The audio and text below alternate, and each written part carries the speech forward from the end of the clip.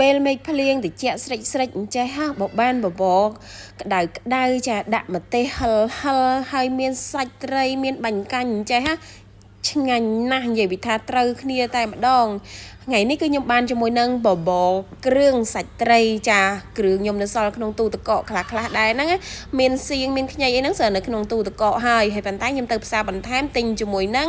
ចាបាញ់កាញ់ហើយនឹងសណ្តែកបន្តបន្ថែមហើយនឹងទិញត្រីឌៀបមួយកងដែរអស់5000ចាហើយបបរខ្ញុំហ្នឹងគឺដាំទឹកស្ងោរត្រីមុនចាត្រីឌៀប5000ខ្ញុំហ្នឹងគឺបានមួយកងប៉ុណ្ណេះចាខ្ញុំយកមកលាងទឹកឲ្យស្អាតដាំទឹកឲ្យពុះដាក់ខ្ទឹមដាក់ត្រីចូលដាក់បកាក្រៀមដាក់យូហឺចូលចាហើយនៅពេលហ្នឹងគឺខ្ញុំមានដាក់ជាមួយនឹងអំបិលបន្តិចជាមួយនឹងទឹកត្រីចាដើម្បីឲ្យវាថាវាមានជាតិត្រីកុំឲ្យវាថាវាសាបពេកពេលដែលយើងដាក់គ្រឿងអញ្ចឹងទៅរសជាតិត្រីពេលយើងហូបទៅគឺត្រីនឹងមានជាតិហ្មងអត់សាបទេហើយនៅពេលដែលខ្ញុំស្ងោរបានបន្តិចវាឡើងពពុះហើយយើងស្រង់ពពុះចេញទៅហើយបន្ទាប់មកគឺខ្ញុំដាក់ជាមួយនឹងឆាយពៅនេះខ្ញុំបានទិញឆាយពៅប្រៃយកមកអំបរឆាយពៅខ្ញុំទិញពោតហើយទៅគេដាក់ថែមជាមួយពោតនេះខ្ញុំទុកក្នុងទូទឹកកកយកមកទុកអំបរចាចំណេញត្រង់នឹងទៀតចាហើយឥឡូវខ្ញុំដាក់ត្រីនឹងស្ងោរចោលដាក់គ្រឿងចោលហើយគឺខ្ញុំបានមកជាមួយនឹងឆាអង្គខ្ញុំបានដាក់ខ្ទឹមបំពងណាខ្ញុំលីងពងខ្ទឹមឲ្យវាឈ្ងុយចាហើយបន្ទាប់មកខ្ទឹមបំពងហ្នឹងមកល្មមហើយខ្ញុំដួសទុកមួយឡែកសិនដើម្បីទុកដាក់អំបរនៅពេលក្រោយនៅពេលឆ្អិនហើយយើងដាក់ឲ្យវាឈ្ងុយនៅពេលដែលអំបរយើងឆ្អិនដួសដាក់ចានណហើយអាខ្លាញ់ដដែលខ្ទឹមដដែលហ្នឹងនៅជាប់ខ្ទះហ្នឹងគឺខ្ញុំដាក់ជាមួយនឹងអង្គឆាតែម្ដងចាហើយសម្រាប់អង្គហ្នឹងគឺខ្ញុំដាក់តែបន្តិចទេដើម្បីព្រោះអីអំបរយើងលាយមួយបាញ់កាញ់ហើយបើយើងដាក់អង្គរៀងច្រើនតិចវាធ្វើឲ្យនិយាយថាខាប់ជ្រុលអីចឹងហើយខ្ញុំចង់ហូបអំបរដាក់បាញ់កាញ់រៀងច្រើនថ្ងៃហ្នឹងសម្រាប់អង្គខ្ញុំគឺខ្ញុំឆាវាឲ្យវាស្ងួត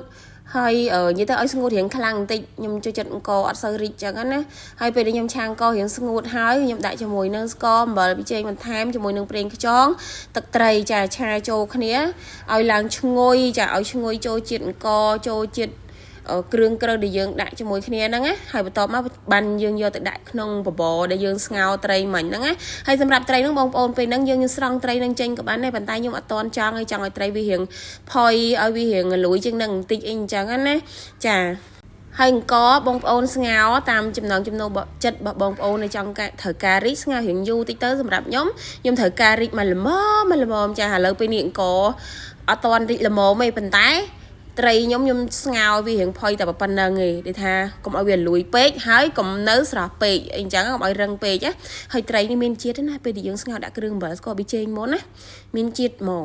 ចាហើយឥឡូវដល់វគ្គខ្ញុំដាក់បាញ់កាញ់ហើយអំបរខ្ញុំឆ្អិនគ្រាប់អង្គខ្ញុំរីកមកល្មមហើយខ្ញុំដាក់បាញ់កាញ់ចូលបាញ់កាញ់មិនប៉ុណ្្នឹងខ្ញុំដាក់ថែមទៀតណាបងប្អូនដោយសារខ្ញុំទិញមកឡើងកន្លះគីឡូច្រើនហ្មងណាហើយនៅពេលហ្នឹងបងប្អូនអាចភ្លក់ថែមថយជាមួយនឹងរសជាតិបានថាយើងដាក់ទៅត្រូវផ្អែមសាបឬប្រៃឬក៏មិនអីអញ្ចឹងណាហើយសម្រាប់ខ្ញុំគ្រឿងដែលខ្ញុំបានដាក់មុនហ្នឹងគឺត្រូវល្មមជាមួយនឹងអំបិលដែលខ្ញុំស្មានទៅត្រូវដូចថាមិនសាបមិនប្រៃមិនផ្អែមមកអ្វីដែលខ្ញុំចង់បានអញ្ចឹងណាឥឡូវយើងអេតបន្ថែមជាមួយនឹងជីក្រូចឆ្មាចាសៀងម្ទេសឆាមកហើយមានខ្ញីមានសណ្តែកបដោះដាក់សាច់ត្រីមកទៀតវ៉ាវនិយាយទៅបបរមួយចាននឹងគ្រប់គ្រឿងតែម្ដងហូបពេលភ្លៀងក្តៅតិចអញ្ចឹងណាហើយបបរក្តៅនិ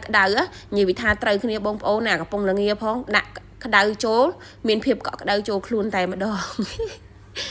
ហើយទៅនេះគឺជារបៀបបបរគ្រឿងរបស់ខ្ញុំចុះបបរគ្រឿងត្រីរបស់បងប្អូនគេស្លរបៀបមិនដែរចាមានអ្វីជាខមមិនចាស្រុកបងប្អូនស្លយ៉ាងម៉េចចាំជួយខមមិននៅខាងក្រោមប្រាប់ខ្ញុំផងណាខ្ញុំចាំថ្ងៃក្រោយខ្ញុំហ៊ានធ្វើតាមបងប្អូនអរគុណ